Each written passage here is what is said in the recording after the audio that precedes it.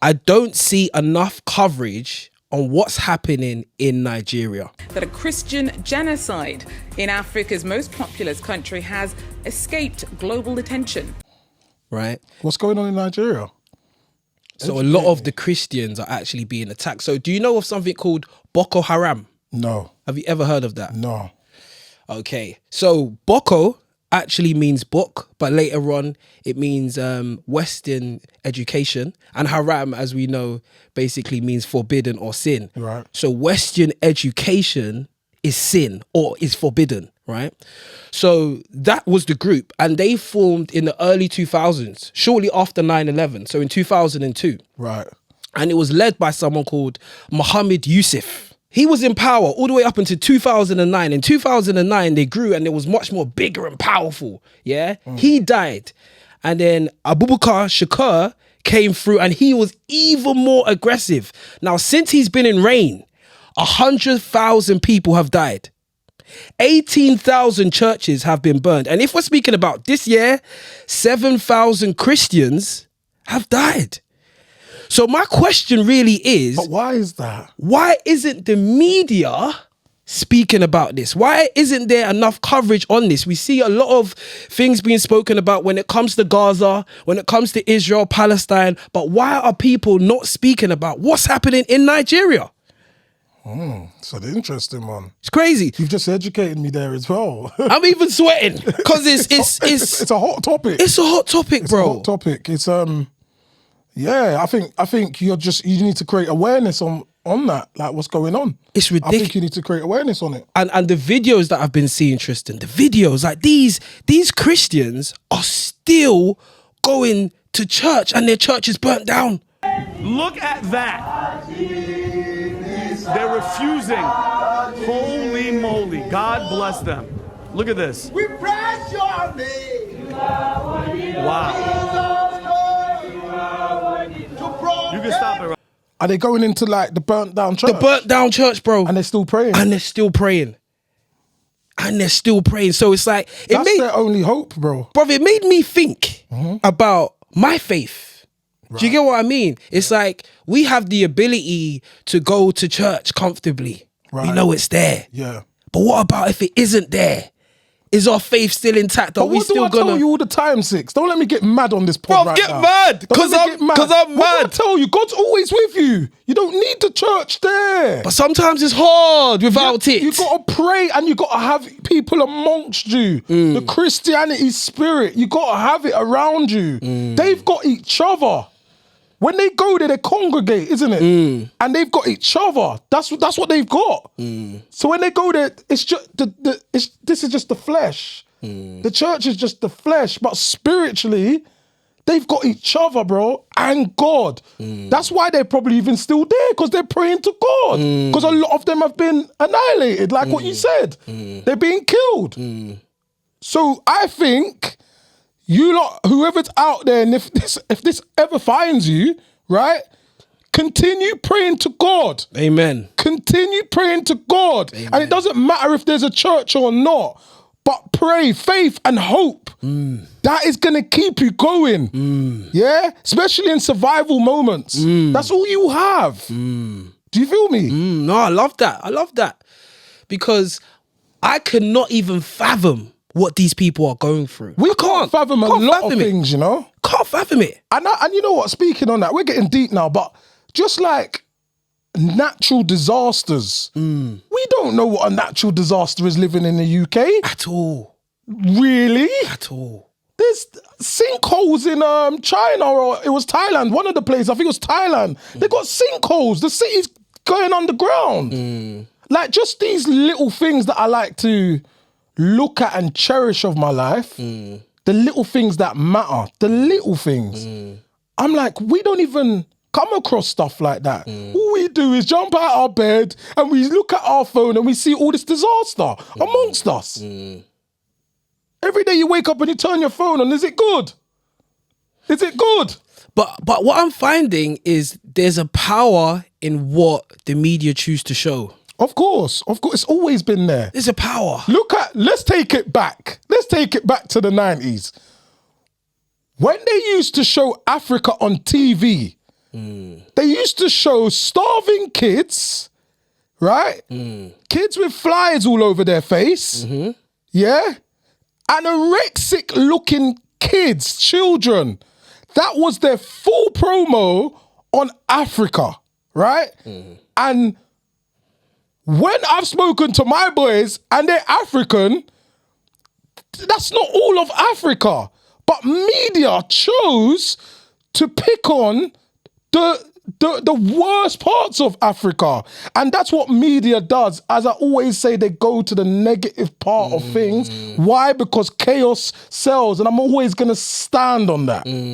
Because chaos is better. And also, it's all business and money. But nothing's coming from the heart. Nothing's coming from that. Cutthroat everything. Everyone get cutthroat. Do you know what I'm saying? They've been doing that, Six. They've been doing that. Why were they showing us that? Because when I grew up in London, I'm a westernized black man, right? I'm a westernized African, if you want to call it that, right? So all I know is luxury. I'm going to say that. How we live is luxury. I get what you're saying. Yeah. Because, they've put certain things in our faces. We remember seeing certain things when we was younger on the TV. Right. It made us feel a certain way. I hear you. So why are they not showing it now when it's happening with Nigeria? Why do you think they're like, we're not going to show that? Why do you think that is? I don't know. Political crisis, man. Like the people there's a lot going on, Six. The people back at home, please put in the comments why you think there isn't that much coverage on the persecution that's happening with the Christians in Nigeria. Please tell me why you think I didn't know this was happening, though. Yeah. I didn't know. And a lot of people don't know. And I think this is why we're here, to spread awareness, man. Yeah, because this stuff needs to be... People are dying. People are dying. And for what? Yeah. And for what? Yeah. Do you get what I'm saying? Yeah. Also, something I wanted to touch on while we're kind of speaking about Africa is emergency aid crisis. I feel like there needs to be an improvement in the emergency aid crisis. What am I speaking about? When there's an emergency, when there's a fire in a building, what I've seen on certain videos has just alarmed me. How long it's taken for the fire brigade to get there on site to deal with the issue has been taking too long. So sometimes they've had to deal with things on their own accord. I've seen so many videos where people have had to jump out of buildings in Africa. In Africa. I'm talking Ghana, Nigeria, yes. Because it takes them too long for the police to get there or the fire brigade. It takes too long. They're already starting to die. So why is that happening? Are you saying in this type of world we're living in, the era, the time that we're talking about like now, you're saying Africa should be up to date? Is that what you're trying to say? Yes, I'm I'm saying this. Why are they still so far behind? Is that what you're trying to get 100%, 100%. When there's a crisis, people should be there on demand, and I don't know why this is still an issue in 2025. All right, I've been told that we can't say third world country anymore. I can't remember the right terminology, so you lot write in the comments what we're allowed to say. But I've heard that we can't say third world country. Now, when you hear third world country, what does that give you, Africa? It gives me developing country. So a developing country is not one that's fully been developed. And yeah, I would consider certain places in Africa to be third world country, for sure. So why is your expectation so high now? Is that because of technology? What you're seeing a lot of things happen, but you're like, but Africa doesn't look like it's keeping up. I don't even think that's a high expectation. I think emergency aid is just basic. It should be normalized. Basic civilization. Do you get what I mean? But this is what I'm saying. It's not. We get free healthcare. It's a luxury in the UK. Can you see? You got to look from our perspective of how we view life, bro. No, you're raising a good point because you're showing me that I already have a bias because I'm seeing it from a Western standpoint. Thank you. Right? Thank you. And I'm trying to apply that to a place that isn't Western. And I think I'm always going to do that because I have this perspective. Because you've been I've been westernized. Seriously? Yeah. And your perspective is, and then you wake up and then you see these things and things happen. You plug things in your wall, it quick, it starts the electric. You was talking about Ghana, blackout, it's still happening. Why does blackouts even exist still? Light off, yeah. Light off, that's it. Yeah. Why is that still existing in today? But it's because we're ahead. They're still catching up, bro. So the ambulance or the healthcare is still it's behind. We're just quicker. We can go there, they can fix your leg. They're gonna take a bit longer to fix your leg. These are good points you're mentioning. But when I hear of the economy doing so well, you know, people going back home, people really investing in properties, I just would have assumed that when it came to certain emergency aid crisis, we would know how to at least deal with that. We would know how to put fire out. They're probably better. Do you know what I mean? They're probably better, but they're still not up to scratch. The UK struggle. They struggle 6. They want to lock down NHS. They don't really want the free healthcare. But it's us people that's standing there fighting for NHS. Because bruv, listen, if you get mashed up in London, yeah, and they say there's no free NHS or free healthcare, bro, you gotta go into your pocket to fix your leg. And that could cost you 2 bags. I don't even know, I'm just hypothetically, but that could cost you... Yeah, it could cost you a mad amount. A mad amount. Out of nowhere, you got to pay that. And if you ain't got the funds to show that you can afford it, then they might not fix your leg. That's how some countries are still living, Six. They're still living in that place. And going off of government and control, you know, it's right in front of us, man. It's right in front of us. And you've made some valid points today. But this is what we are here to do, discuss the matter. We are. And we want to let the people know back at home, you know, especially those in Africa, that we can see you. You know, your pain isn't going unnoticed. Yeah. And we have a type of platform where we're going to speak about these things and we're going to voice it. You know, so we're going to be the voice for those who can't speak. And I'd like to say, we will say prayers for you lot, man, as well, in Africa. And anyone that's going through the struggles, we will say prayers for you. Because we're fortunate to be here. So fortunate. And be in this type of luxury environment where we can get clean water, you know, where we can get food. You know what I'm saying? We've got a healthcare system that's pretty all right. Clothes. You can be clothed. All these things we take for granted. We really do. I don't, though. I don't. I wake up every morning and I thank God. That's it.